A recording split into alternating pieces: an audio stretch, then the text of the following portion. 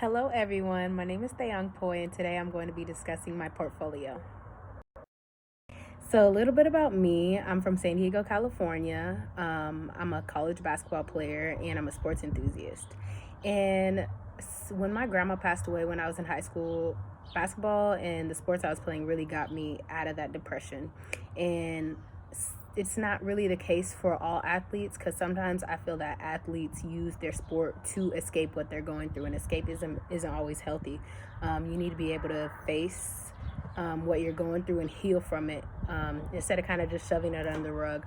So that's kind of part of what in college got me interested in, being a mental health counselor, and then on top of that, the Black community. I want to be able to break that stigma and preach about it and let people know that it's okay to get help and it's not a bad thing. A lot of people go through depression and go through issues in their life, and it's okay. You can get help and you will be okay. And then people are just naturally drawn to me. They come talk to me, vent to me, and old and young, strangers, people I've known forever. I just have this energy I feel like about me that's like trusting, and people come to me for guidance and direction, and they trust what I have to say. So that's kind of ultimately let me know that this is my purpose, and mental healing or mental counseling is my calling. So my psychology related career goals are, of course, mental health counseling. I eventually want to have my own private practice. I want to do research related to African Americans. And then I know that I'm going to end up writing mental health related books and journals. When it comes to my strengths, I've learned most of those through the sport of basketball. I've always been a captain or played that leadership role on the team, so that has given me that strength of being a great leader. And then as a leader, you got to communicate really well. So I'm very thorough with my communication skills, and I always make sure that people understand what I'm saying and don't. I try to leave no room for misinterpretation.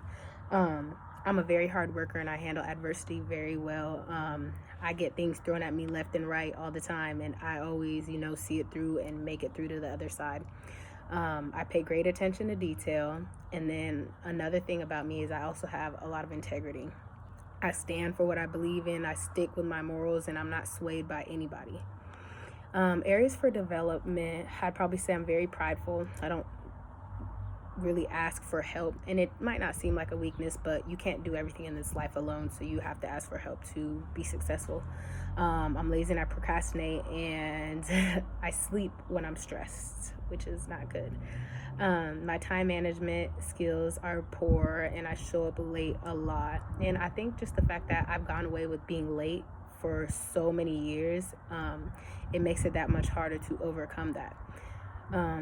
And then just my oral and presentation skills and just talking to big groups of people. I know that's going to be something that's going to be in my future, but I still have stage fright sometimes, and I got to work through communicating with bigger groups.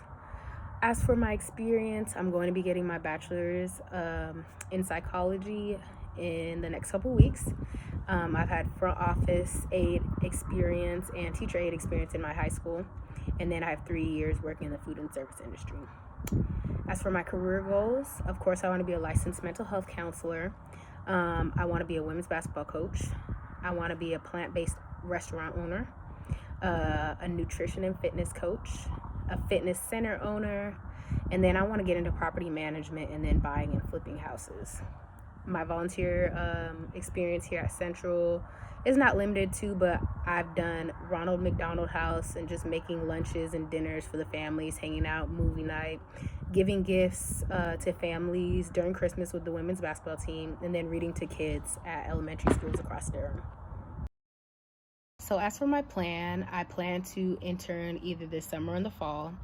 I have not applied to grad school because I was planning on taking a gap year, and now I plan on playing my final season of basketball somewhere hopefully on the West Coast. And I'm not sure how it's going to work out because a lot of the schools that I wanted to go to, their deadlines have passed, and I don't know if there's any way to work around it if I'm getting a athletic scholarship.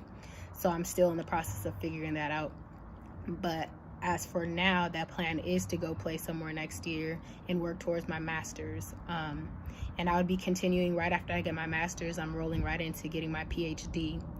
And during that time too, I plan on the end of next year, early 2022, to have my food truck up and running. So I want to have a plant-based food truck, and that's going to kind of be the first real stream of money, and that food truck is going to fund like most of my future endeavors, because I will have another job on the side, and that money from the food truck is strictly going to saving.